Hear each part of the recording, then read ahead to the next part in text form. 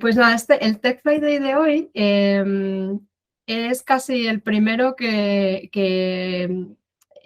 bueno, ya el de Data Hacks ya inauguró un poco, ¿no? La idea está de que las ideas que se cocinan en las comunidades, ¿no? En cuanto a contenido, compartición de experiencias, al final pues las amplifiquemos, ¿no? A todos a través del formato o de esta herramienta del Tech Friday. Entonces, esta idea la propuso Luis en el marco de la comunidad de Rockon. Nos pareció interesante porque al final, bueno, pues de lo que se trata es que nos conozcamos más, ¿no? También en cuanto a intereses personales o en este caso más de ocio, de entretenimiento. Así que nada, esto es solo un ejemplo ¿no? De lo que movemos en esos grupos de intereses, pues que al final sí que salen cosas muy chulas y sobre todo como muy nuevas, ¿no? Y súper especiales bueno, que queremos transmitir, ¿no? A todo el mundo. Dicho esto, luego lanzaré una encuesta en vivo, ¿no? Al final de la charla de Luis, un poco para transmitir esta idea, ¿no? Que quien quiera contarnos algo tanto de su día, de su rutina profesional, ¿no? Más enfocado a intereses profesionales o, en el caso como es el Tech Friday de hoy, intereses más personales, que aquí tenéis vuestro espacio. No tiene por qué ser un formato de charla larga, tenemos formatos de charlas más cortas, podéis compartir una charla entre varias personas, os ayudamos en lo que os damos soporte en lo que necesitéis, pero que al final sepáis que esto es la herramienta que nosotros también tenemos, ¿no? de extender esto pues a todas las personas de la compañía. Así que nada, dicho esto, me imagino que a Luis no le importará que le vayáis interrumpiendo también con preguntas sobre la marcha, porque como es un tema para mí por lo menos súper desconocido, igual según vaya explicando los conceptos iba a decir elementos o lo que nos vaya a contar, seguro que nos surgen muchas preguntas, ¿no? En tiempo real. Así que las podemos ir lanzando por el chat, levantamos la mano como siempre y Luis que nos vaya dando respuesta o iniciemos conversación o un poco hacerlo más dinámico, ¿no?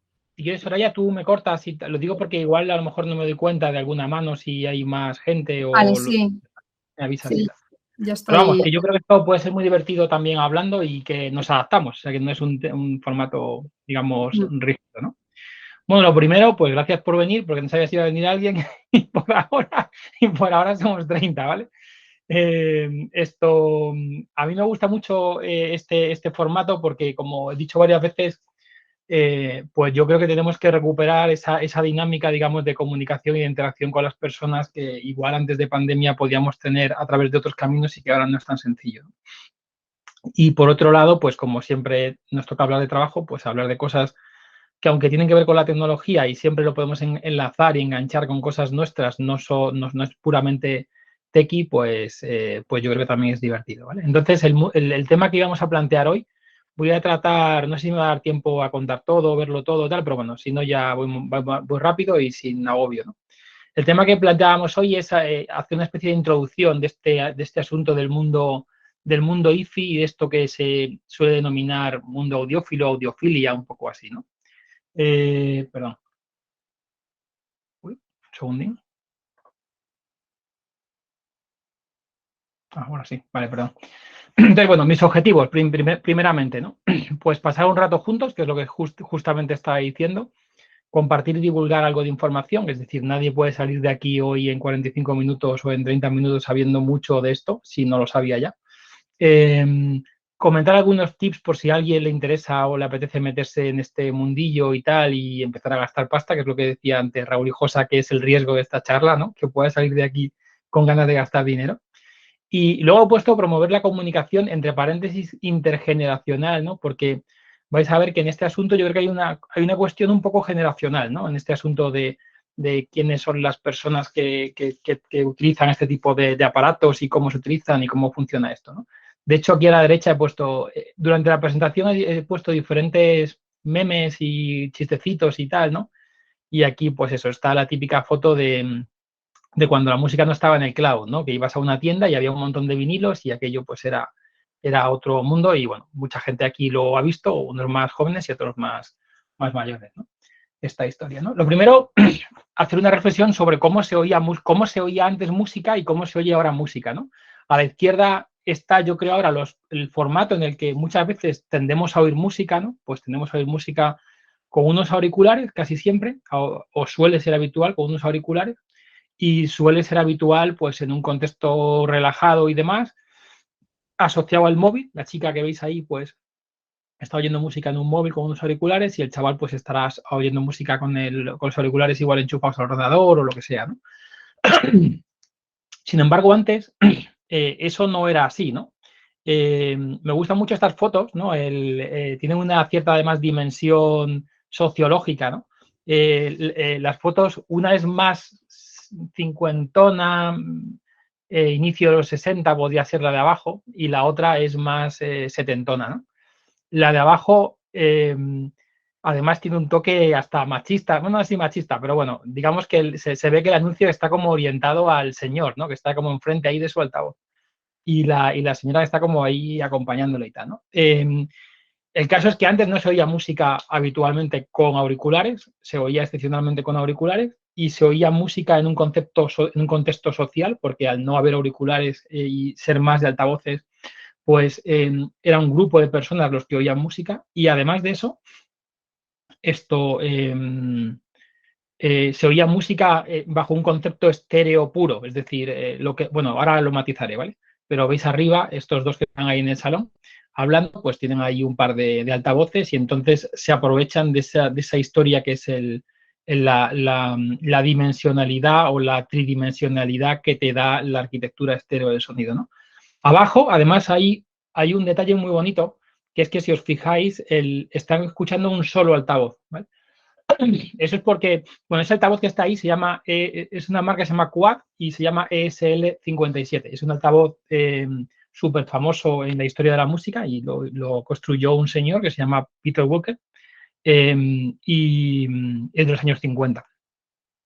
Y básicamente utiliza un mecanismo electrostático, digamos, de emisión del sonido y tal. El caso es que el tío está escuchando música en mono, ¿vale? No está escuchando música en estéreo, no está escuchando música por dos canales.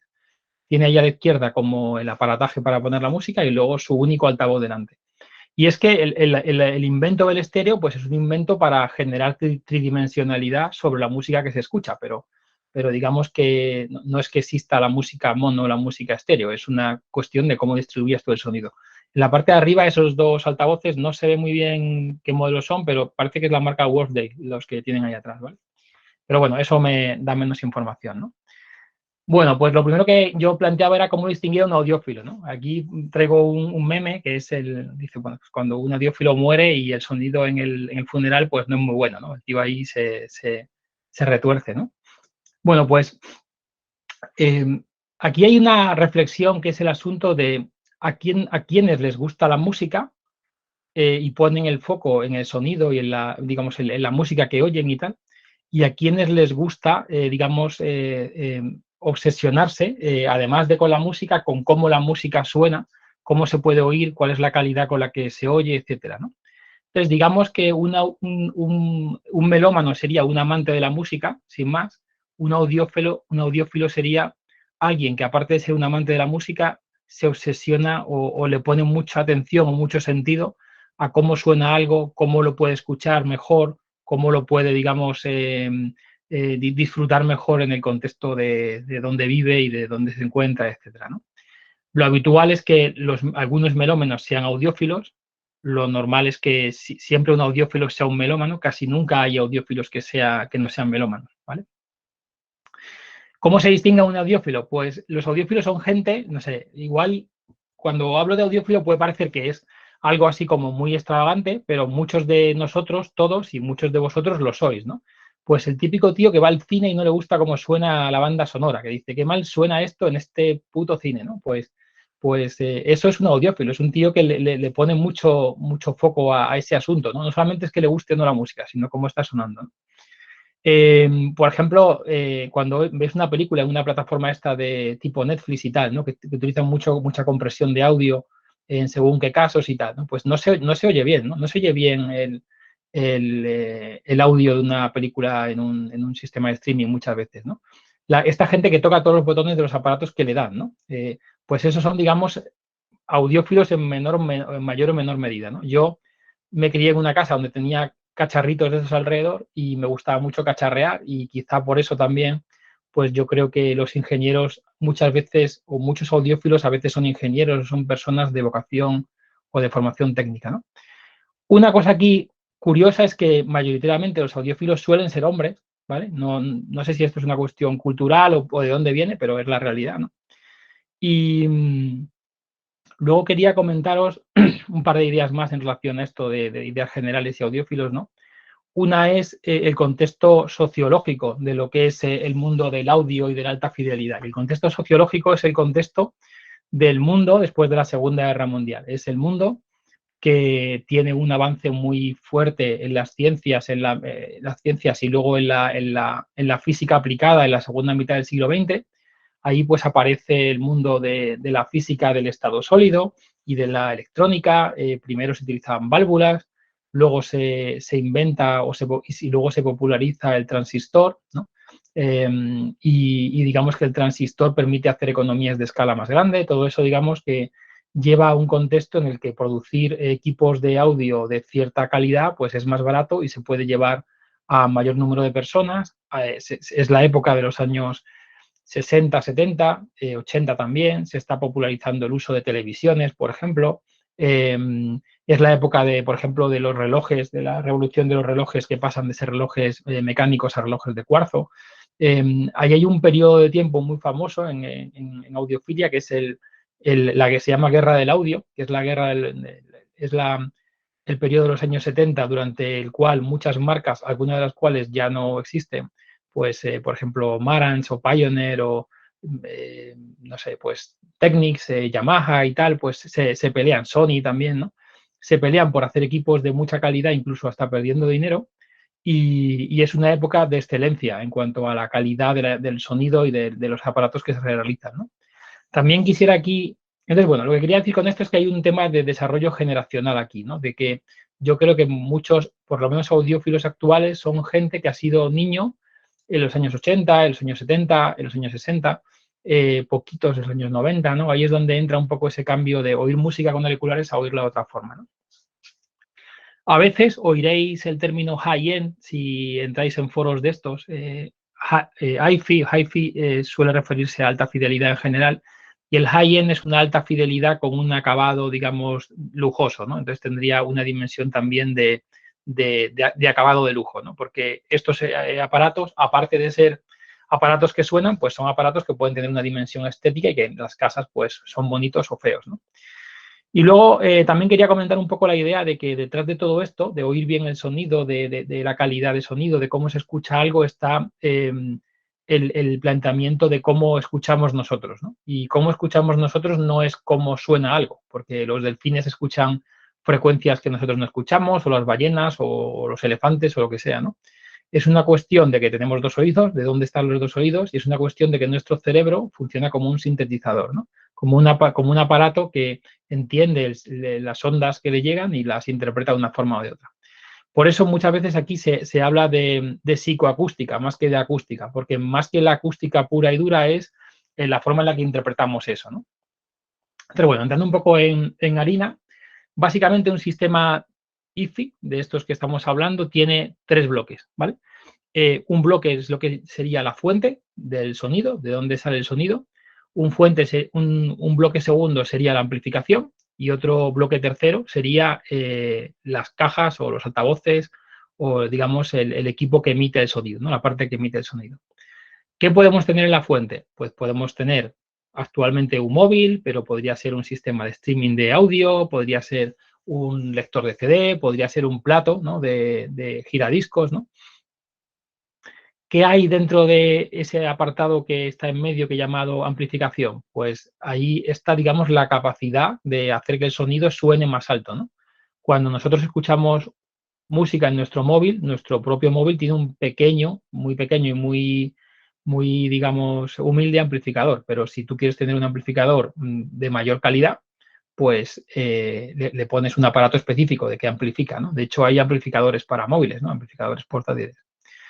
Y esa capacidad de amplificación tiene más conceptos. También necesitas seleccionar entre diferentes fuentes. Necesitas hacer una conversión de digital en analógico, porque mayoritariamente actualmente escuchamos la música en formato, bueno, guardamos la música en formato digital. Y ese sistema, ese entorno intermedio, pues es el que se encarga de generar el sonido, ya como se va a escuchar, y enviárselo normalmente a un altavoz, ¿de acuerdo? Así que hay esos tres bloques. Y luego hay otras cosas que están en los sistemas de sonido y que, bueno, son importantes no mucho, pero en función de cuánto de avanzado estás, pues pueden ser más, ¿no? Por ejemplo, los cables que se utilizan, otros equipamientos, el control de la alimentación eléctrica de la sala en la que tú oyes sonido, de la que tú oyes la música, el tratamiento acústico que puedes utilizar, un poco todo eso, ¿de acuerdo? Entonces, bueno, lo que voy a tratar es de enseñaros un poquito de cada uno de los bloques, ¿no? Empezando por los amplificadores, ¿no? ¿Qué hace un amplificador? Pues lo que os decía antes, ¿no? Un amplificador básicamente es un aparato al que tú le enchufas una señal de sonido con un nivel muy bajo y él lo amplifica. Aparte de amplificarlo, como es posible que le puedas enchufar varias señales, una que viene de un CD, una que viene de un sistema de streaming, etcétera, etcétera, también tiene la capacidad de switchear, ¿no? Así que a veces es un solo aparato y se llama amplificador integrado, y a veces suele haber dos aparatos, uno que se llama preamplificador y otro que se llama amplificador o etapa de amplificación, ¿vale? ¿Qué cosas son? Bueno, ahí a la derecha veis como dos equipos. El de arriba es una marca muy famosa en el mundo audio de calidad, se llama Macintosh. Además salen muchas pelis y tal. Bueno, salen muchas pelis. En algunas pelis en donde hacen referencia a equipos de audio es muy chula porque físicamente es muy bonito y admites tú a Pablo, ¿verdad? Es muy bonito y utiliza lo que esas bolas que se ven arriba son las famosas válvulas. Y abajo es un equipo, el de abajo yo lo tengo, es un equipo que yo tengo en casa, que es un Paz Labs, es una marca relativamente famosa y es un equipo pequeñito, Paz Labs, ¿no? ¿Qué cosas son importantes a la hora de valorar un amplificador? Pues la potencia, ¿vale? La distorsión, luego hay una serie de características, ¿no? Pero bueno, me voy a quedar con esas dos, ¿no? La potencia te da la capacidad que tiene el amplificador de aumentar el nivel de potencia de la señal, ¿no? Esto es importante simplemente, bueno, quisiera decir que la potencia no, perdón, vaya, la potencia no es especialmente importante, pero es importante, digamos, conocer qué potencia tienes, ¿de acuerdo? En un amplificador. El amplificador, por ejemplo, de abajo tiene solamente 25 vatios de potencia real. Cuando nosotros vamos a una superficie a comprar un equipo de audio, pues te suelen vender cosas que tienen, yo qué sé, pues 300 vatios de potencia, 400 vatios de potencia, pero nadie te está diciendo qué potencia es esa, ¿no? Si es una potencia media, si es una potencia de pico, si es una potencia por canal, si es una potencia sumada, ¿no? Entonces aquí, como son equipos estéreo, lo que se utiliza mayoritariamente en alta fidelidad, esta potencia es por canal, es decir, tiene 25 vatios por canal, el de abajo. Si estás comprando un equipo 5.1 y te dicen que el equipo tiene 1000 vatios, a lo mejor no es que tenga 1000 vatios, es que por canal tiene 200 o 100 y pico vatios y lo está multiplicando por 5, ¿no? Entonces, simplemente que ojo con ese tipo de cosas de la potencia que no es, primero que no suelen ser verdad y segundo que no se necesita muchísima potencia. Lo que necesitas es una combinación donde el resultado final sea el óptimo, ¿no? Y luego también el asunto de la potencia está muy relacionado con la distorsión, ¿no? Si tú puedes dar mucha potencia, pero distorsionas mucho, pues realmente en términos prácticos no puedes dar toda esa potencia, ¿de acuerdo? A veces estos equipos hacen esta capacidad de convertir la señal digital en analógica, es decir, la señal que sale, por ejemplo, de un lector de CD, pues es una señal digital, o la señal que sale del móvil puede ser una señal digital si tú quieres. Y luego abajo pues cito esta idea de que hay pues diferentes tipologías, ¿no? El de arriba, la foto de arriba es un amplificador a válvulas y el de abajo utiliza transistores. Y si os fijáis, el de abajo se ve como unos trozos negros a los lados, no se ve muy bien la foto, pero esos son disipadores de calor, ¿vale? Eso es porque esos aparatos se calientan mucho y necesitan disipar mucho calor, ¿no? En particular, no sé si alguien se acuerda de su época de haber estudiado electrónica y tal, pero hay como arquitecturas de amplificación, arquitecturas clase A, clase B, clase AB, clase D. Y las arquitecturas clase A son arquitecturas que son óptimas desde un punto de vista de cómo suenan, pero son poco eficientes a nivel de gestión de la energía. Entonces se calientan mucho. Entonces lo de abajo, ese PASLabs, pues es un amplificador integrado clase A, se calienta mucho y lleva mucha disipación, ¿no? Si es clase D, pues no llevaría casi disipación, ¿no? Esto simplemente por ver una cosa por dentro y por fuera, ¿no? Este es un amplificador que yo tengo, que es un Yamaha AS2000, y lo que está, la foto de arriba es la parte de atrás, ¿no? Y la derecha pues vemos desde arriba, ¿no? Entonces, bueno, básicamente estos equipos tienen como unas bornas para poner los altavoces directamente, que son estas de la izquierda. Aquí lo muevo mejor. Esta de la izquierda y de la derecha. Una pone A, otro pone B. Eso es para que puedes poner dos parejas de altavoces a la vez. Entonces tú puedes distribuir la potencia entre una pareja de altavoz o dos parejas de altavoces. Y luego aquí detrás pues están las entradas, ¿no? Las entradas estas de este tipo de aquí abajo pues son las típicas RCA, y estas entradas que se ven aquí arriba se llaman XLR y son entradas que se utilizan en audio profesional, ¿de acuerdo? Y que tienen ciertas ventajas en cuanto a la transmisión del sonido y demás. Y si os fijáis aquí abajo pone fono. Esto es para incluir una conexión a un plato giradiscos. Habitualmente las conexiones fono tienen una toma de tierra porque el tocadiscos puede tener electricidad estática y entonces se evita ese tema de la electricidad, ¿no?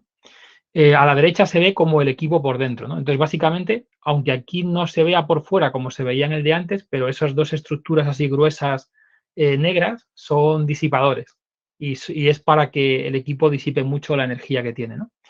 Y aquí en medio, esto que pone Yamaha y tal, esto sería el transformador principal del equipo y es una de las cosas más importantes de un equipo de audio, es, digamos, el transformador en el sentido de la capacidad de alimentación en corriente que dé, ¿no? Por eso, a veces existe esta idea preconcebida, que suele ser correcta, pero no necesariamente es así, de que cuanto más pese, mejor es un equipo de estos, ¿no? Habitualmente está relacionado con que cuanto más pesa el transformador, pues normalmente más capacidad de entrega en corriente interna tiene, ¿no? Y nada, eso suele ser la pinta de un equipo de esos por dentro, ¿no? Las 4 bolas esas grandes son condensadores electrolíticos y que se utilizan asociadas a la fuente de alimentación.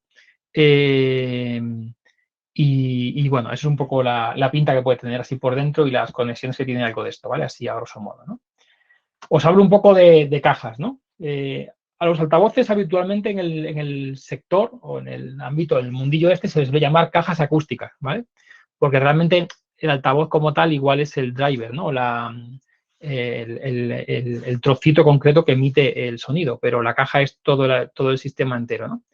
Esas de la derecha, además, son unas cajas, esa es una marca muy famosa, que igual habéis oído, se llama Bowers & Wilkins, y eso, no sé si son las 802 de algo, no me acuerdo cómo se llaman y tal, ¿vale? Pero esas cajas a lo mejor pueden costar cerca de 20.000 euros, algo así, ¿no? Estas de la derecha que se ven ahí.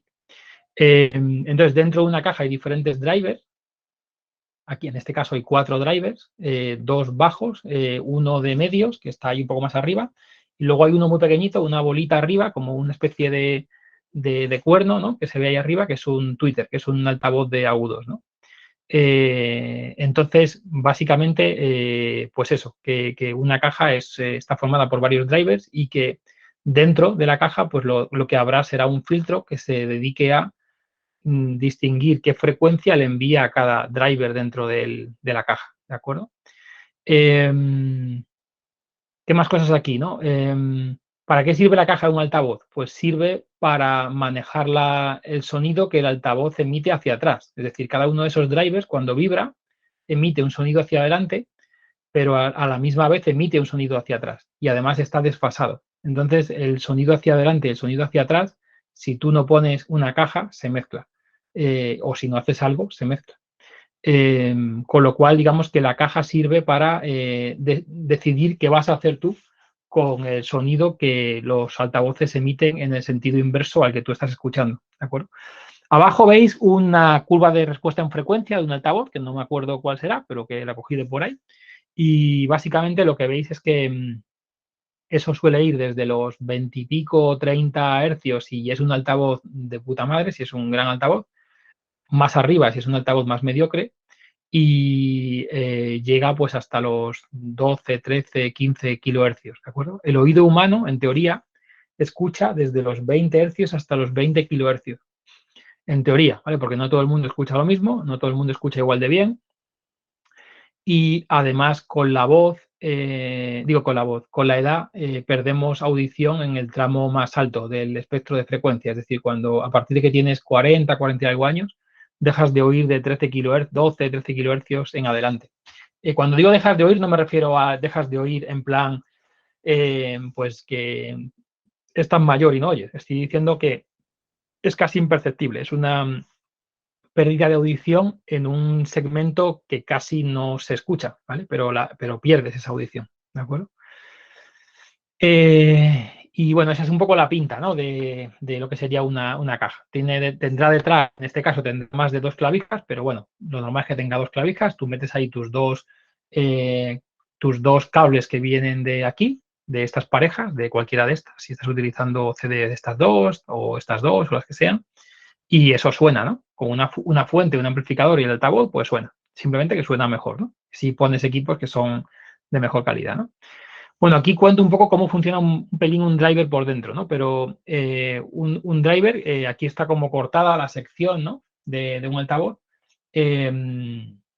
Pues tiene diferentes partes. No me voy a meter un poco a hablar de esto, que es un tocho, pero básicamente hay un cono aquí arriba, que es el que se mueve y genera la vibración.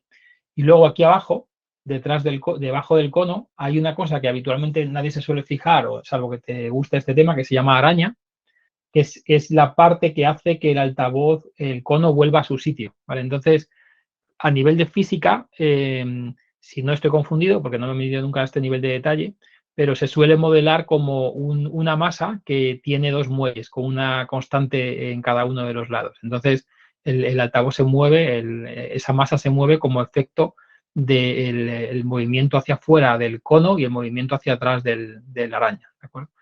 Y el mecanismo, digamos, eléctrico que hay detrás es que hay una corriente eléctrica que mueve y una interacción entre un imán y una bobina, y eso es lo que hace que el cono se mueva, ¿no?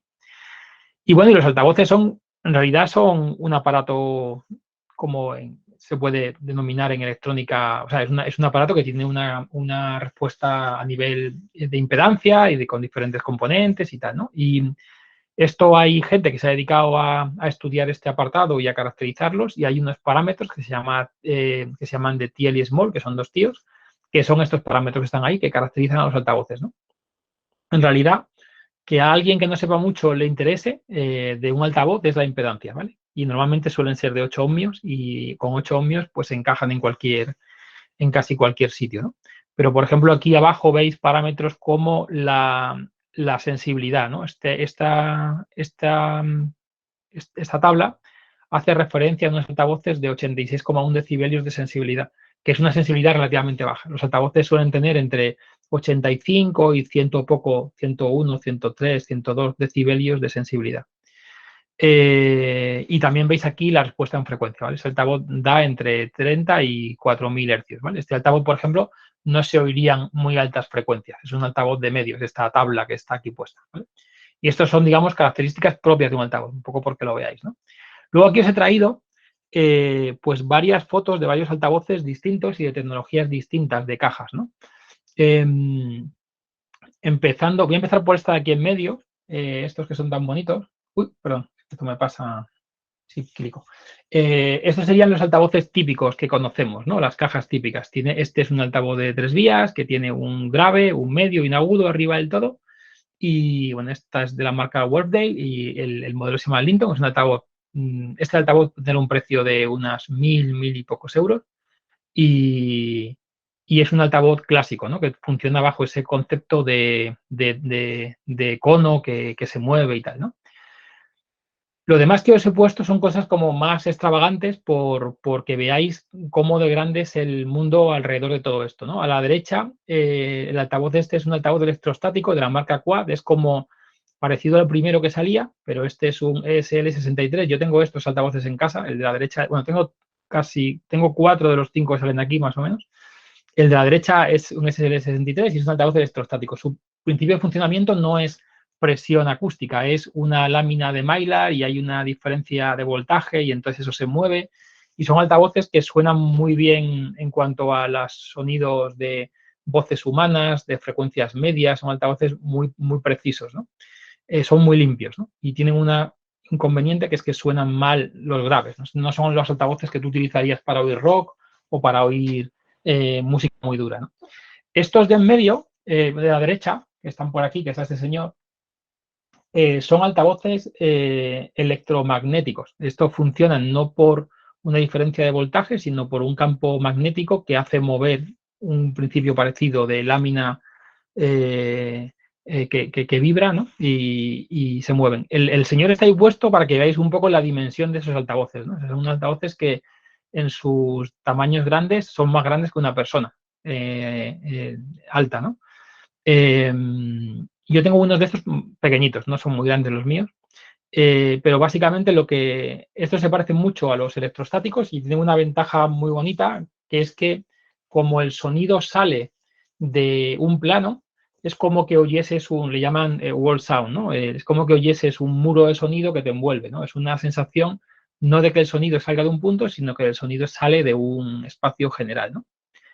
Y además, si la foto de abajo, esta que se ve con un destornillador aquí arriba, esto es el altavoz por dentro. Entonces veis que son como unas tiras. Son altavoces que casi parece un arpa o casi parece una guitarra, ¿no?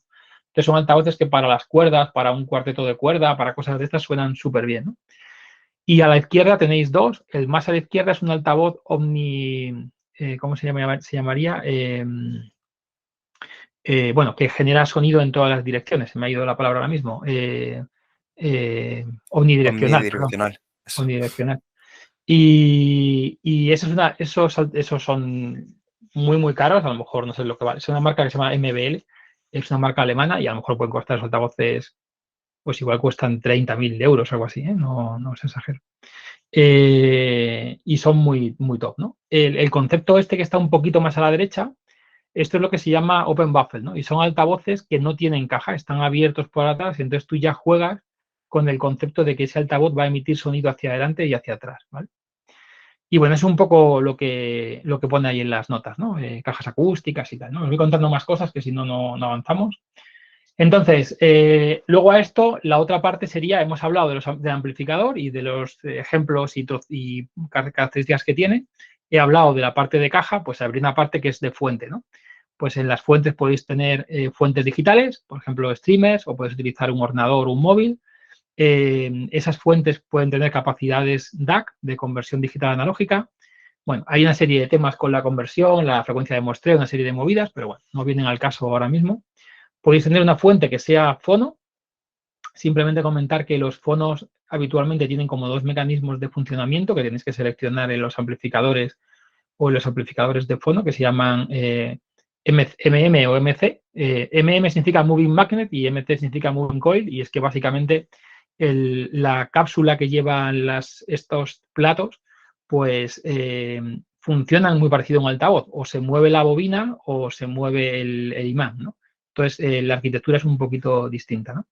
Y luego, simplemente deciros ahí, no entro mucho en esta historia, que el mundo del vinilo pues es un mundo entero y que es inmenso la gente que se dedica a eso y que le gusta esto. Hay pues coleccionistas, gente que guarda vinilo, hay diferentes prensajes, es como el papel, ¿no? Que tiene como diferentes prensajes y grosores, pues el vinilo igual. El vinilo pues utiliza una cosa que se llama curva RIA, es una curva de ecualización para, digamos que adaptas la grabación a la forma en la que la aguja luego se va a mover en el surco, porque la aguja tiene una fuerza, digamos, centrífuga, tienes ahí una mecánica asociada a eso, pues bueno, es un mundo entero, ¿no? Y esto que veis ahí a la derecha del todo, bueno, lo que veis a la derecha del todo es un plato de esto súper top, pero para que veáis hasta qué punto de sofisticación puede tener un plato. la gracia de esos platos es que son como capas en donde tú vas separando los diferentes elementos que forman parte del plato. Separas la mecánica que mueve el plato del resto para que no vibre y para que no se transmita ninguna vibración. Separas el brazo y la mecánica del brazo del resto del sistema. Separas el sistema del suelo. Es una paranoia, ¿no? El de la derecha, el siguiente por la derecha es un plato muy famoso, que es el Technics SL1200. Y a la izquierda veis un par de streamers, ¿no? Uno es de la izquierda del todo es la marca NAV y lo otro es simplemente un sistema operativo de streaming que se llama BlueOS, ¿vale? Otras partes que hay en el sistema, ¿no?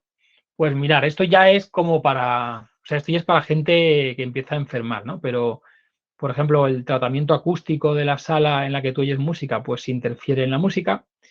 La alimentación eléctrica de la sala en la que tú oyes música, pues interfiere en la música. Por eso, por ejemplo, cuando se hace una instalación ad hoc, pues se suele tender a que los enchufes en donde se enchufan los equipos de audio estén separados en el cuadro general del resto de los enchufes de la casa para que no haya interferencias y ruidos eléctricos que pasen de un lugar a otro, ¿no? Lo que veis ahí abajo a la derecha es una marca que se llama PS Audio, que hace como sistemas de gestión de la calidad y de la estabilidad de la alimentación eléctrica. Entonces, eso básicamente es un sitio al que tú pones el enchufe y luego todos los equipos los enchufas ahí. Y eso te asegura pues que el voltaje es exactamente el voltaje que te tiene que dar el sistema, que el amperaje es el amperaje que necesitas, un poco todo eso, ¿de acuerdo? Luego habría otro mundo que serían los cables de audio. Entonces aquí, si te pones a leer, pues veréis cables de plata, de no sé qué, cubierta de oro, apantallamiento de cables, pues ese mundo tal, ¿no? Un poco, ¿no? Y luego he puesto ahí un poco el mundo DSPs y ecualización y por otro lado, pues armarios. Estos equipos, hay unos armarios específicos que aíslan de la vibración del suelo y demás, ¿de acuerdo? Y eso es como el otro, empezar en un nivel como más ambicioso, ¿no? Ahora, también quería comentaros cómo se valora el sonido, ¿no? O sea, esto de valorar el sonido, cómo funciona, ¿no? O sea, hasta qué punto está sofisticado, y está muy sofisticado, ¿no? Es decir, hay, digamos, mecanismos basados en personas, como en paneles, como en marketing, cuando se hace un panel de expertos, una cata, por ejemplo, o lo que sea, de vino, de aceite, o lo que sea, aquí se hace igual. Y luego hay como variables y criterios, ¿no? Pues yo qué sé, cuando valoras el sonido puedes hablar del soundstage, ¿no? De la imagen sonora, del volumen, ¿no? De lo que oyes. Entonces, si el objetivo de una reproducción es emular que tú cierres los ojos y tengas la sensación de estar oyendo el original, ¿no? De estar como en una sala de concierto o lo que sea, pues claro, si tú oyes una guitarra, pues una guitarra es una cosa relativamente pequeña que sale de un solo sitio, ¿no? Pero una orquesta sinfónica tocando es una cosa muy grande que te llega el sonido de todos los lados, ¿no? Entonces, el tamaño del sonido que tú oyes, la imagen del tamaño del sonido, pues te da una idea de cómo de certero es la reproducción que estás haciendo, ¿no? Entonces, bueno, digamos que hay un montón de variables. Imaginaos una cata de vinos, ¿no? Que la gente habla de retrogusto, en punta, el paladar, no sé qué, no sé cuánto. Si hay una caracterización de cómo se define eso, pues aquí un poco parecido, ¿no? Hay una serie de características de coloración, de separación, de balance y tal, en todo esto, ¿no?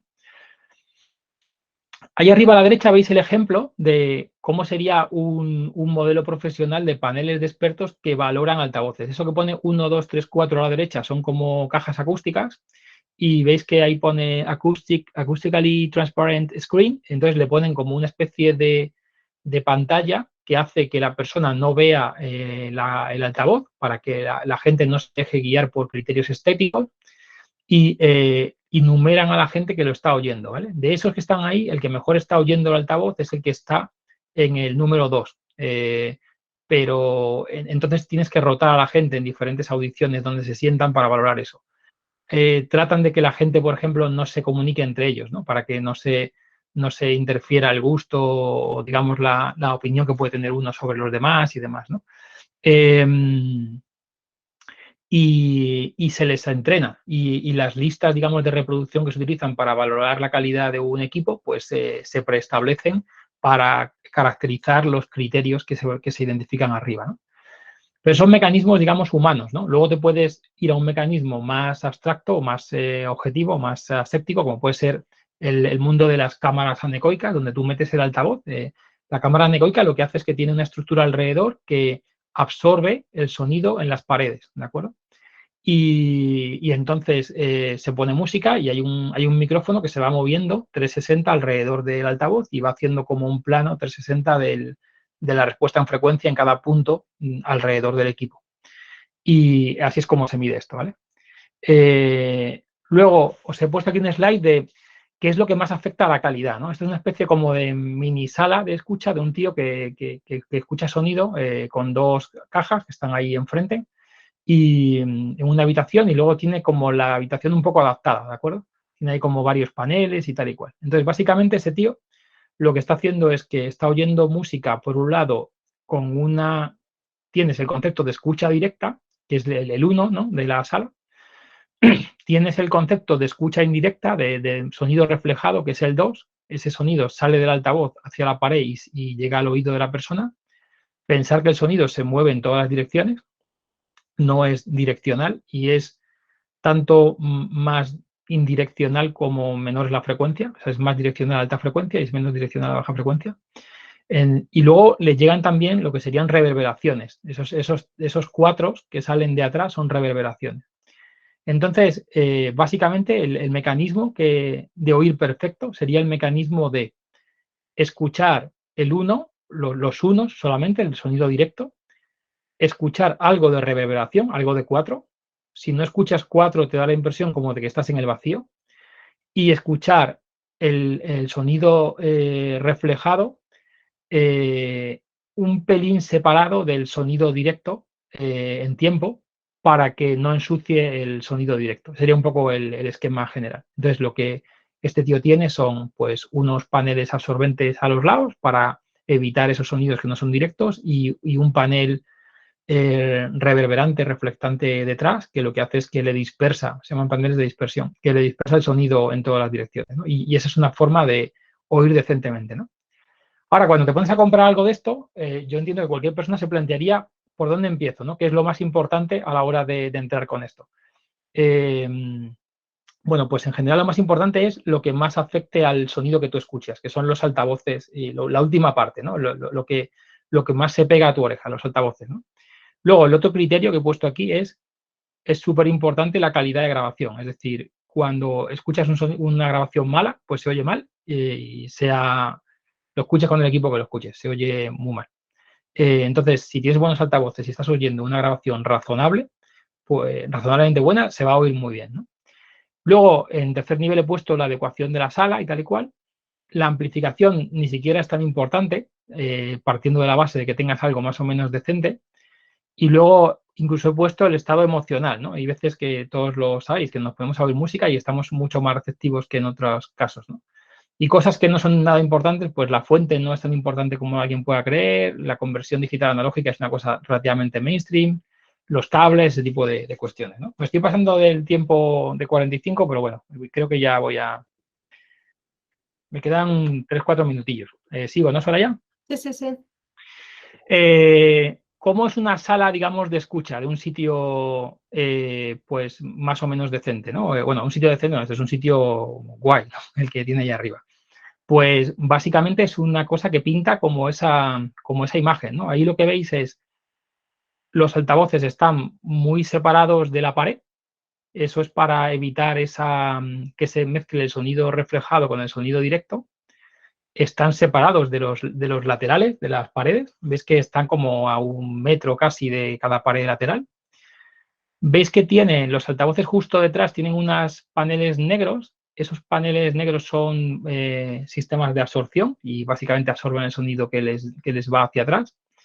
Veis que el techo también está tratado. En ese caso, esos son difusores y está tratado. Y luego a los laterales tiene una mezcla de sistemas que absorben y sistemas que difunden para jugar con absorber un poquito y difuminar el sonido en otros casos, ¿no?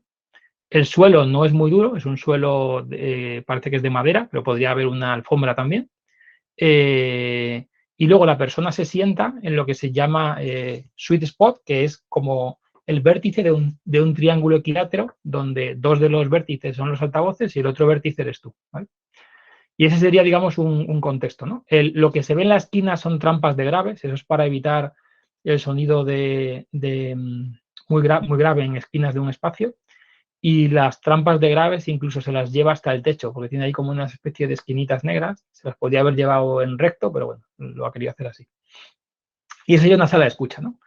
Entonces aquí, bueno, he puesto un slide sobre por dónde empezar. Y nada, aquí os comento como un par de sets, ¿no? O sea, si alguien no tiene nada de esto y quiere empezar a jugar, ¿no? Pues yo, ¿qué planteo hacer? Pues que utilice su móvil, que no le dé más vueltas. Y luego tiene como dos caminos. Puedes utilizar unos altavoces activos, que hay altavoces que tienen como el amplificador dentro, y ahí es donde pone monitores activos. Pues ahí cito varios monitores que uno se puede comprar. Esos monitores te pueden costar la pareja entre 400 y 700 euros, pero ya se oyen infinitamente mejor que casi cualquier cosa que podamos tener. Y luego el otro camino, que está a la izquierda, es un camino más con amplificador clásico y caja que es pasiva, no tiene un amplificador dentro, ¿de acuerdo? Y nada, que eso sería un poco cosas por donde arrancar con una cosa de estas, ¿no? ¿Cómo en tu casa tú puedes mejorar el sonido que oyes, ¿no? En una situación normal, ¿no? Pues básicamente lo que habéis visto en la sala y cómo el tío tenía la sala, pues llevarlo a tu casa, ¿no? Separa los altavoces de la pared, que es una cosa que este tío tiene más o menos hecha de la foto. Ponle algo que absorba sonido detrás del altavoz. Se podría decir que esos dos, como tienen una especie como de macetas con palos, podría ser un sistema que absorbe algo, que difumina algo. Busca simetría, por ejemplo, si tú tienes dos altavoces puestos en un lugar y al lateral de un altavoz tienes un muro y en el lateral de otro altavoz tienes un hueco, pues vas a oír más por el lado por el que se refleja el sonido de la pared y menos por el otro lado, ¿no? Pon elementos que absorban el sonido, tipo, pues esto, cortinas, alfombras en el suelo, ¿no? Ese tipo de cosas mejoran mucho el sonido. No sé si habéis hecho a veces alguna prueba, pero si ponéis un equipo de audio en un sitio que esté vacío, pues se oye fatal. Y si a poco que le ponéis pongáis pues unas alfombras y tal, pues sería mejor. No sé si Fernando quería comentar algo. Sí, ha levantado la mano. Sí, no, quiero comentar algo, pero cuando termines, ¿vale? Vale. Me quedo ahí con mi turno. Vale, Marta González ha dejado también una recomendación, Luis, en el chat. Cuando. Bueno, me queda muy poquito, termino. Vale. Esto, y luego comentaba también por aquí, estos difusores, claro, tú no vas a poner en el salón de tu casa unos difusores acústicos, pero lo que funcionan como difusores son cosas que geométricamente funcionan igual. Entonces eso, pues por ejemplo, las librerías son difusores, a lo mejor las estanterías con vinilos pueden actuar como difusores, cosas que tengan una geometría, digamos, ahí no tan estable, ¿no? Le metí también un slide sobre Vintage, ¿vale? Estos equipos Vintage, yo tengo los dos de abajo, el Marantz S y el Sansui. Y nada, simplemente aquí quería hacer una reflexión, yo creo que ya casi que he terminado, ¿no? Sí, ya está aquí. Ya está, termino esto y ya comentamos. Bueno, lo primero, que el concepto este de vintage, ¿no? Cuando algo es vintage, ¿no? Y esto está medio estudiado, ¿no? Algo es vintage, depende de cada generación, o sea, para cada generación vintage es algo distinto, ¿no? Obviamente. Y algo empieza a ser vintage cuando empieza a cruzarse la frontera en la cual tú empiezas a tener un poder adquisitivo que igual te permite comprar cosas que no podías comprar cuando eras más joven, ¿no? Y empiezas un poco también a aplicar ese concepto nostálgico de lo que tú viviste de pequeño, ¿no?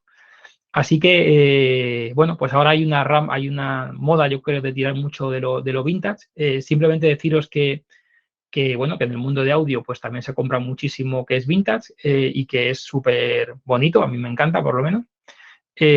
Pongo ahí unos tips muy, muy básicos, ¿no? Una cosa es que un tip para mí es que lo bueno siempre es caro, es decir, hay gente que cuando compra algo antiguo entiende que porque es antiguo es más barato y es más barato o más caro en función de que sea bueno o malo, ¿no? Es como si vas a comprar un Rolex hoy, no va a ser más barato porque tenga 20 años, ¿no? Incluso podría llegar a ser más caro, ¿no?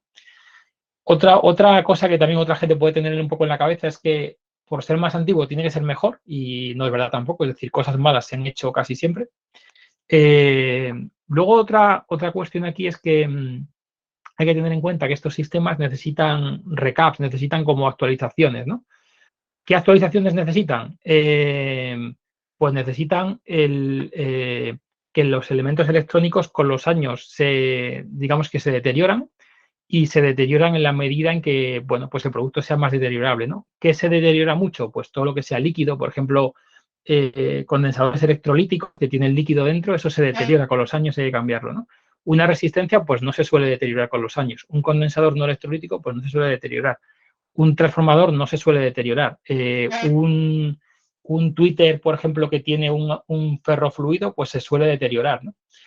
Así que cuando coges un equipo de estos, tienes que saber que puede ser que tengas que arreglarlo o mejorarlo o lo que sea, ¿no? Y bueno, un poco más, pues no me quiero enrollar. También quería comentaros esto de que hay una cosa, yo creo que emocional, ¿no? Con lo vintage, ¿no? Que es la conexión emotiva con algo que forma parte de tu vida o de una cosa pasada, y hay una dimensión también estética, ¿no? De estos aparatos lucen de otra forma y hay gente a los que les puede gustar esa estética, ¿no? Y bueno, casi todo ha salido, ¿no? Pero un poco conclusiones, pues que con poco dinero, si os queréis gastar algo de dinero en esto, pues podéis mejorar mucho la experiencia de escuchar música, que os centréis en lo acústico, en la parte más pegada a vuestras orejas, que lo bueno siempre es caro en general, ¿no? Da igual que sea antiguo o no, que lo antiguo no tiene por qué ser mejor, lo antiguo suele ser más robusto, es verdad, es más fácil de mantener, que el vintage tiene un concepto así como mucho más amplio que lo que es puramente el audio, que la experiencia, que esto es un tema de experiencia, es un tema de sentarte a oír música y disfrutar, no es un tema de comerse la cabeza, así que no hay que obsesionarse. Y que como todo, a mí esto me recuerda un poco a muchas charlas sobre temas así un poco pues abstractos y opinables, ¿no? Pues aquí hay muchos oráculos, mucha gente que dice cómo son las cosas, cómo deben de ser, cómo lo tienes que colocar, cómo tienes que hacer, y al final es una experiencia personal donde lo que tienes que hacer es disfrutar de ese momento, ¿no? Y hasta aquí, yo creo que ya está la última. Aquí, como vamos a terminar todos en el abuelos, ¿no? Discutiendo de música en el grupo de la comunidad OS, me he puesto aquí nuestras futuras versiones, ¿no? Discutiendo de ACF y de Deep Purple y tal en su momento, ¿no? Así que nada, yo por mí esto era un poco la charla como introductoria, ¿vale? Si queréis comentamos cualquier cosa si nos da tiempo.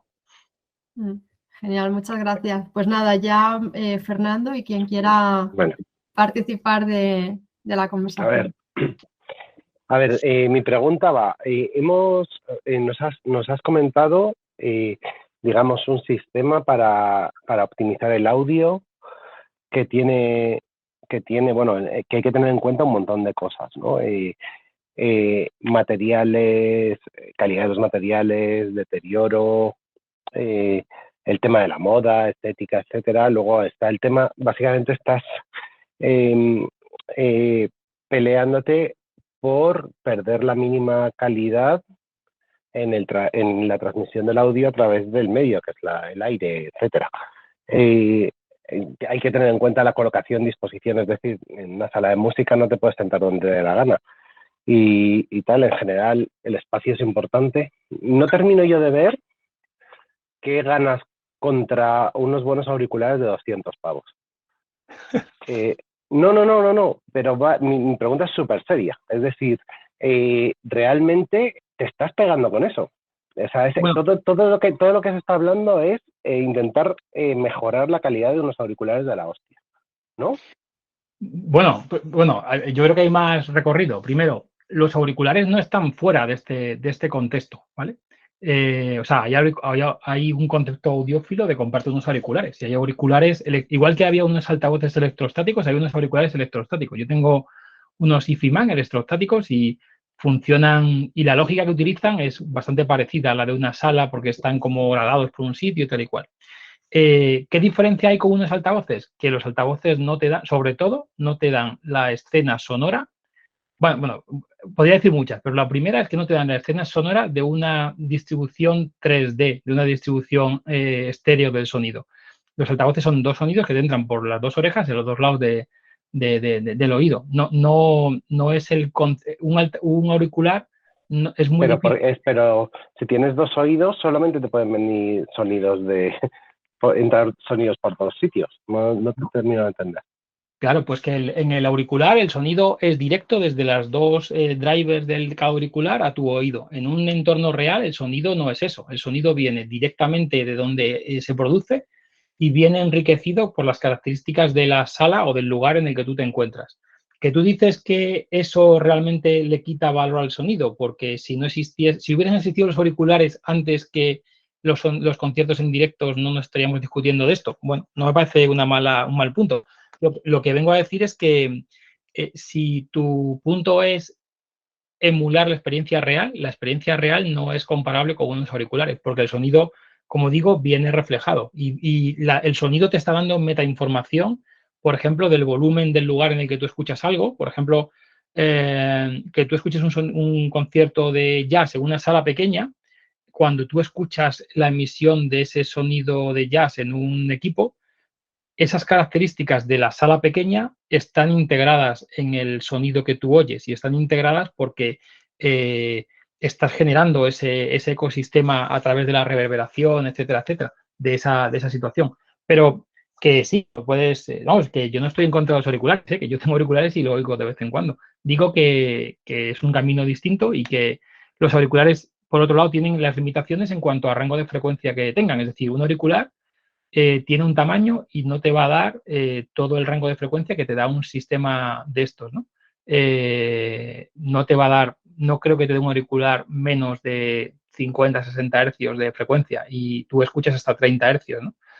Bueno, pues hay diferentes cuestiones ahí, ¿no? Vamos, sería una discusión larga, ¿no? Ese asunto, pero vamos, que esto no excluye la parte de auriculares. Hay muchos audiófilos que les gusta mucho el mundo auriculares y que tienen sus auriculares, pero yo creo que está peor considerado que la experiencia de oír música oyendo un sistema completo, distribuido, real, ¿no?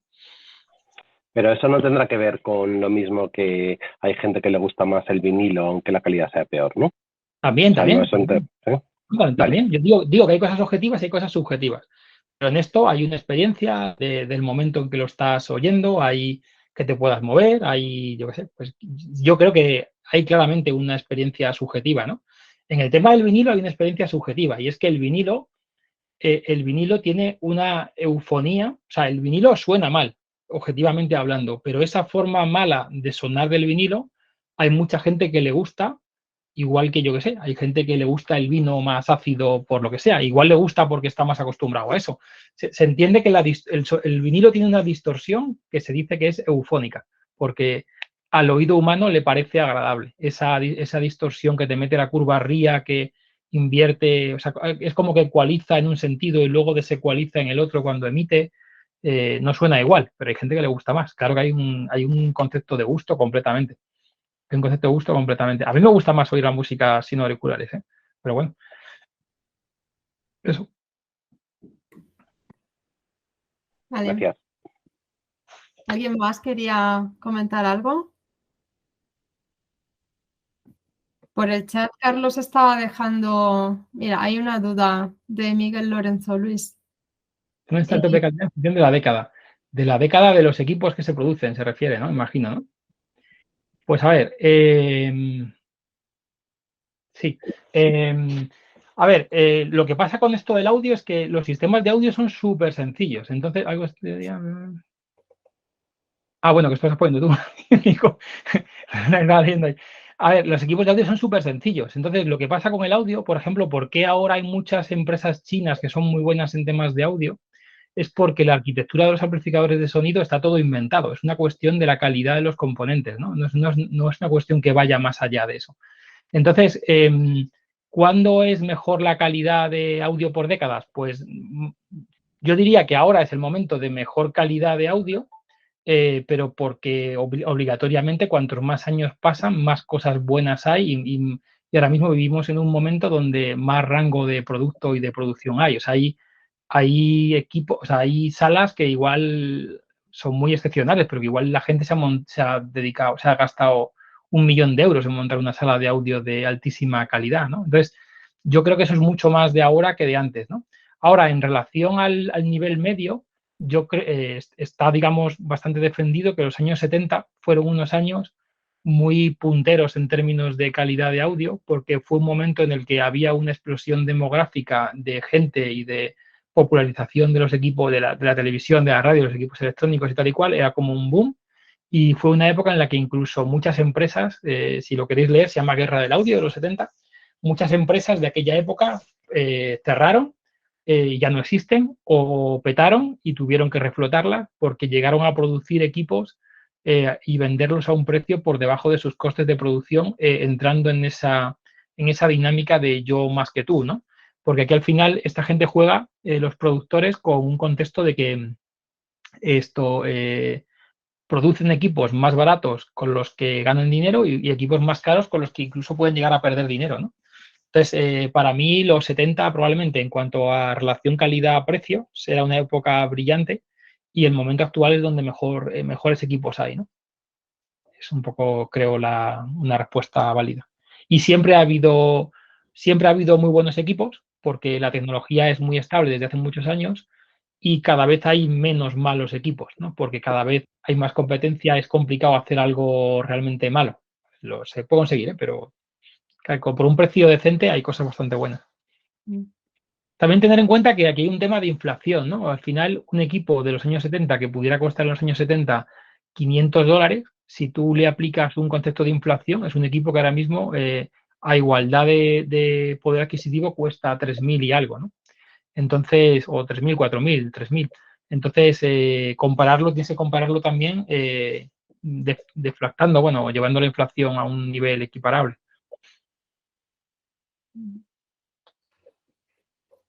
Pues nada, no hay... mira, Leo tiene una pregunta. Leo quiere que le digamos Led Zeppelin, es su punto ahí, ¿no? No, a ver, dice Leo en función de cómo se oye, de calidad, ¿no? Entonces, lo que pasa con la calidad es que depende qué es lo que vayas a medir, ¿no? Es decir, si quieres ver el rango dinámico, si quieres ver la separación de instrumentos, si quieres ver ¿cómo se llama? El soundstage, ¿no? La imagen sonora y tal. Si quieres ver, entonces, en cada uno de los discos, hay discos que en general muy bien grabados, hay discos hay trocitos de músicas y de canciones y de discos que se escuchan mejor para según qué cosas, ¿no? Que quieras valorar. Hay como hay una lista muy grande y hay muchos discos muy bien grabados, ¿no? Que no se me ocurre a mí ahora ninguno así de entrada, ¿no? Discos muy bien grabados, pues, por ejemplo, yo creo que de Pink Floyd casi siempre se habla de Dark Side of the Moon, sí, mira, lo está citando Leo. De Pink Floyd, bueno, de Dire Straits se suele citar mucho el Brothers in Arms y uno de los últimos de los que grabaron. De Metallica también hay un directo de Metallica que tiene muy buena fama de grabación. Hay de Paul Simon, hay un disco también bastante... Si vais a YouTube y cogéis un vídeo que habrá muchos discos audiófilos o algo así, te salen como 10, 12, 15 discos típicamente utilizados. Los de Supertramp también se suelen utilizar mucho. Fleetwood Mac también es una empresa, es un grupo que se suele utilizar mucho en pruebas de audio. Nora Jones, ahora mismo, que tiene una voz así, pero también a veces son un poco sobreactuados, ¿no? Te puedes encontrar discos muy buenos que suenan muy bien o discos muy bien pensados para que te vengan un altavoz, ¿no? No sé si le he dicho esa frase bien. O sea, hay discos muy bien pensados para que te vendan unos altavoces. Por ejemplo, el clásico sería Nora Jones. Nora Jones, que es la hija de Ravi Shankar, que canta muy bien, es una cantante de ellas así suavona. Primero, entra muy bien, es como tomarte un Baileys, ¿no? Pues es que eso es muy dulce, se escucha muy fácil, ¿no? Suena muy bien porque no hay muchos instrumentos, no es muy complicado, etcétera, etcétera. Es muy dulcecito y tal, entonces es muy fácil que tú escuches un disco de Nora Jones muy bien en casi cualquier sistema, pero es difícil que tú escuches un disco de Metallica muy bien en muchos sistemas, porque hay más instrumentos, lo tienes que oír más alto, es más complejo, hay más rango dinámico, hay un montón más de cosas que no te encuentras, ¿no? No es más que 24 bits 48 kHz. Bueno, esto hay un criterio que se llama criterio de Nikic, que Nikic se llama, ¿no? Nikic o algo así, no me acuerdo el criterio ese. El nombre del pavo, que básicamente te establece la frecuencia de muestreo más allá de la cual, si tú sobremuestreas, pues no estás aportando más información al sonido, ¿no? Y básicamente sí es eso, o sea, con los 24K tienes de sobra para escuchar música. En realidad, Sí, es un poco... Por eso yo en el rating de cosas importantes puse la parte digital de lo más bajo, ¿vale? Porque en realidad no pone tanto la diferencia. Lo que más pone la diferencia es cómo traduces la señal eléctrica en una señal acústica. Esa sería un poco la diferencia, ¿no? Pablo te hace una pregunta, Luis, sobre si conoces el formato MQA y qué te parece. Pues MQA va muy unido a esta discusión, ¿no? De si es mejor o peor. ¿Conozco el formato MQA? Sí. ¿Me parece que suena mejor? Sí, pero nada comparable a que esté bien o mal grabado. Es decir, una grabación no MQA mal grabada suena infinitamente peor que una grabación MQA, perdona, al revés, una grabación MQA mal grabada suena infinitamente peor que una grabación no MQA muy bien grabada. O sea, no aporta diferencia. Es casi más marketing que otra cosa, lo de MQA, creo. Mi opinión, vamos. Luego, estás pones más la diferencia por la acústica, por la colocación tuya en un lugar, no sé, por los altavoces que tengas, por la amplificación, por una serie de cuestiones, que el hecho de utilizar MQA. Por cierto, en casi todo lo que yo he dicho he partido de la base de que las fuentes son digitales, ¿vale? Lo digo porque aquí he ido como dos mundos. Si la fuente es digital, tu problema está más al final, pero si la fuente es analógica, como puede ser un vinilo, tienes una parte analógica desde el principio. Entonces es un poco más complicado trabajar o sea, oír música en vinilo muy bien es más complicado. Sí, Sí, Pablo. sí. Hola Luis, gracias por la explicación. Bueno, creo que hay un tema añadido, un valor añadido al MQA, aparte de otras cuestiones, como tú andabas comentando, que es el tema de la autenticación o autentificación, ¿no? Del proceso de la cadena, ¿no? Sí. Que me parece una idea genial y no sé si conoces un poco de esto. Sí, conozco un poco, pero también creo que ha habido mucha polémica en cuanto a, porque tú hablas de los másters, ¿no? Y del hecho de que esté basado en los másters reales, ¿no? Efectivamente, que te puedan garantizar por medio de un proceso de certificaciones que lo que te está llegando a ti no ha sufrido ninguna vulneración desde el estudio, desde la concepción de esa grabación. No sé, no le doy mucho peso a eso. O sea, quiero decir que, por ejemplo, no sé si conoces que hay empresas que hacen como remasterizaciones y a ti te gusta ese tipo de cosas y tal, ¿no? Sí. Entonces, bueno, las remasterizaciones, pues yo qué sé, pues como si te gusta cómo suena, o sea, al final yo sería muy pragmático en eso. Si a ti te gusta, pues ponlo. O sea, yo no sería ahí, digamos. Aquí hay un tema, por ejemplo, en el mundo del audio que es los audiófilos. Hay audiófilos que están contra la ecualización y audiófilos que están a favor de la ecualización, ¿no? Los que están en contra de la ecualización están en contra porque para ellos ecualizar es tergiversar o modificar el sonido tal y como se pensó en su origen, ¿no? O como se mezcló en su origen, ¿no? Pero oye, yo escucho música como quiero, no como fulano lo pensó en su origen. El AC/DC lo pudo pensar en su origen como quisiera, pero yo cuando me pongo a escuchar me gusta decidir si quiero ecualizarlo o no, ¿no? Aquí, en esta parte de la autenticidad, sí, hay un tema aquí de remasterizaciones, de gente que trabaja retocando másters y tal.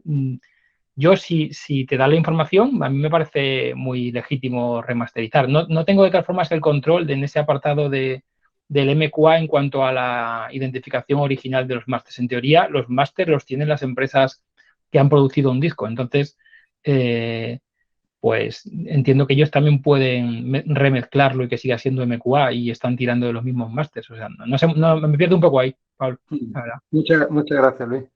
No sé si tú sabes más que nosotros. Igual nos puedes tú dar por eso. Bueno, pues es un tema, pero bueno, lo de la autentificación del máster lo he sacado un poco a colación de lo que hablabas de si está bien grabado o no está bien grabado. Al final, un MQA autenticado, pues debe, en fin, está como mínimo tan bien grabado como se grabó. Pero realmente lo que a mí me parece genial del MQA son otras dos cosas. Por un lado, la manera en que consiguen archivos de muy alta calidad con muy bajo peso, utilizando la zona del espectro no audible para almacenar información en plegados que le llaman. Y bueno, y luego pues eso, que pueden utilizar mucha más información para aportar calidad al fichero. Pero Sí, bueno. pero fíjate, ahí yo creo que estás metiendo un valor que es más valioso para el Cubus o el Spotify o el Tidal de turno, que es cómo hago yo la transmisión de la información de la forma más eficiente para mí y tal y cual, ¿no? Que una cuestión que luego a lo mejor desde un punto de vista de la calidad se pueda percibir, ¿no? Porque al final no deja de ser que quieres enviar alta calidad utilizando el mínimo ancho de banda, ¿no? Bueno, claro, Es un- sí, al final, si el fichero es demasiado pesado, puede que no puedas reproducirlo o que te consuma los datos de tu cuenta o que no puedas almacenarlo, en fin, no sé. O sea Sí, que hay que, un tema ahí de compresión. Luego, por otro lado, cuando un disco se graba en un estudio, claro, en el máster, o sea, la grabación, que es un proceso de conversión analógico-digital, es por definición un proceso subjetivo, donde que a ti te graben una guitarra eléctrica con un micrófono tipo A o tipo B a 1 metro o 80 centímetros, cambia cómo eso suena, que el estudio sea más o menos reverberante, cambia cómo eso suena y la experiencia es distinta. De hecho, los estudios, cuando graban voces de un tío solo, suelen ser más parecidos a cámaras anecoicas y el tío se oye solo y no pasa nada, pero cuando los músicos están tocando en estudio todos juntos, suelen ser estudios con un poco más de brillo, tienen un poco más de reverberaciones en las paredes y tal, de, de sistemas para que se oigan de una forma más o menos natural, ¿no? Entonces, bueno, lo que vengo a decir es que durante todo el proceso de generar música, de grabarla, de mezclarla y de producirla, estás tocando la música y modificándola. La cuestión está en quién la modifica y qué legitimidad tiene para hacer eso, ¿no? Porque al principio la modificó el ingeniero de sonido y luego en remasterizaciones igual la modifica una empresa tercera o la modifica la propia productora del disco original, ¿no? Y cuando la modifica una empresa tercera, parece que, o por lo que tengo entendido, le compra los derechos a la empresa original, modifica eso y lo revende o lo comercializa, ¿no? Así que no sé, yo no soy muy ortodoxo en ese tipo de cosas. Yo si algo me gusta como suena lo oigo y si no, no lo oigo y me da igual lo que el tío haya hecho y que no haya tocado. muy bien, buen criterio. Muy bien. El sonido del coche, dice Miguel Lorenzo. Hostia, ese es chungo, el sonido del coche. Pues el sonido del coche es una putada, porque el coche, lo primero, no está aislado acústicamente, tienes un montón de decibelios de ruido que vienen de fuera. Segundo, tienes un material muy, muy malo, que es el cristal, y no lo puedes quitar. O sea, no puedes tener un coche que no veas por dónde va, ¿no? O sea, entonces el cristal siempre está ahí. Tercero, no te puedes sentar en ese sweet spot o en ese lugar ideal acústica. Y cuarto, es una cosa muy visible a todo el mundo. Es decir, cuando digo eso es que hay muchas marcas muy interesadas en que su marca se vea en los coches, ¿no? Y hay una correlación entre marcas de audio de lujo y coches de lujo. Entonces, las marcas de audio de lujo ponen sus equipos de audio, aunque suenen como una patata, en coches de audio de lujo y es un problema que está ahí, ¿no? Yo los Bose en Audi, no sé cómo suenan los Bose en Audi. Yo creo que se puede escuchar bastante bien música. La primera parte en un coche yo creo que es el asunto de los graves, ¿no? Tener un subgrave decentito, tampoco te puedes pasar porque es un espacio reducido, no lo va a oír todo el mundo igual, de hecho se nota muchísimo en un coche cuando lo típico que vas detrás y oyes fatal la música adelante, ahora cuando los coches tienen un montón de equipo de altavoces y tal, se nota que está mejor distribuido y tal, pero aún así no lo oye todo el mundo igual, por mucho que lo oiga decentemente toda la gente que está metida dentro del coche. Es un problema lo de la música en el coche, porque muchas cosas del coche no las puedes cambiar y están ahí. Pero bueno, yo creo que dentro de lo razonable se puede oír bastante bien, con bastante calidad música en un coche. Ahora mismo, no digo hace 30 años, pero ahora mismo sí. Muy bien. Pues yo creo que ya vamos a ir dejándolo por aquí.